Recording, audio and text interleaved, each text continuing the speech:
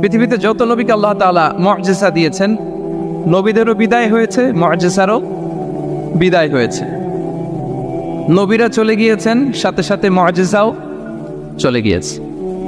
আল্লাহ নবী দাউদ আলাইহিস সালামকে আল্লাহ মুআজিজা দিয়েছিলেন, তিনি লোহা ধরলে লোহাগুলো নরম হয়ে যেত, উনি এটা দিয়ে আর্মর বানাতেন, যুদ্ধাস্ত্র বানাতেন। ওয়া আলান্না লাহুল হাদিদ। কিন্তু দাউদ আলাইহিস সালামের ইন্তেকালের পরে কেউ আর এটা রিপিটেশন করে দেখাতে পারেনি, এমনটা হয়নি আর তার উম্মতের মধ্যে। আল্লাহ নবী মূসা আলাইহিস সালামকে আল্লাহ তাআলা মুআজিজা দিয়েছিলেন, তিনি লাঠি জমিনে রাখলে সেটা সাপ হয়ে যেত। ফাআলকাহা ফাইদা হিয়া হাইয়াতুন তাসআ, মুভিং স্নেক হয়ে যেত।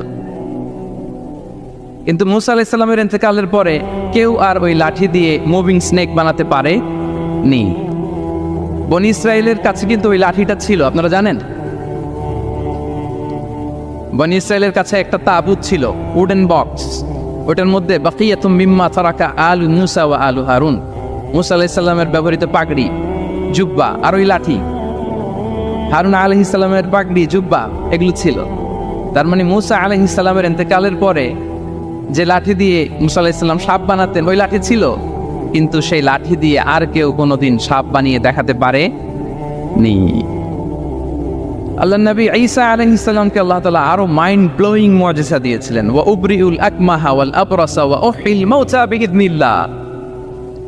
শ্বেত রোগী, থবল রোগীর গায়ে হাত বুলিয়ে দিলে রোগ ভালো হয়ে যেত। অন্ধ ব্যক্তির চোখে টাচ করে দিলে সে দৃষ্টিশক্তি ফিরে পেত। মৃত ব্যক্তিকে আল্লাহ নবী ঈসা আলাইহিস সালাম কুম বিইذনিল্লাহ বলার সাথে সাথে মৃত ব্যক্তি জীবিত হয়ে যেত। কিন্তু এই নবী আলাইহিস সালামদের বিদায় যখন ঘটেছে, সাথে সাথে তাদের মুআজিজারও বিদায় হয়েছে। কিন্তু বিশ্বনবী সাল্লাল্লাহু আলাইহি ওয়াসাল্লামের উপর নাজিল হওয়া এই মহাবিশ্বের মহাবিশ্বয় মহাগ্রন্থ আল কোরআন, আল্লাহ নবী ইন্তেকাল করেছেন, তিনি আমাদের থেকে বিদায় নিয়েছেন, কিন্তু কোরআন কি বিদায় নিয়েছে? আওয়াজ করে সবাই বলতে হবে, কোরআন কি বিদায় নিয়েছে? কিয়ামত পর্যন্ত থাকবে।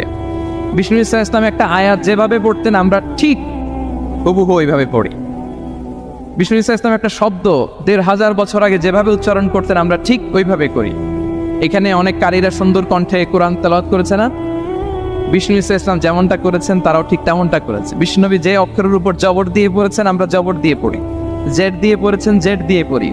কিয়ামত পর্যন্ত অবিকৃত অবস্থায় এই কোরআনটা থাকবে। তাই কোরআনটা হচ্ছে টাইমলেস মিরাকেল, চিরন্তন মুআজিজা। নাও দ্য কোশ্চেন অ্যারাইজেস, কেন আমাদের এই কোরআন দরকার? একটু ফিলোসফিক্যাল কথাবার্তা বলি যে এই রেভেলেশনের দরকার কি, কেন আমাদের লাগবে এই কোরআন?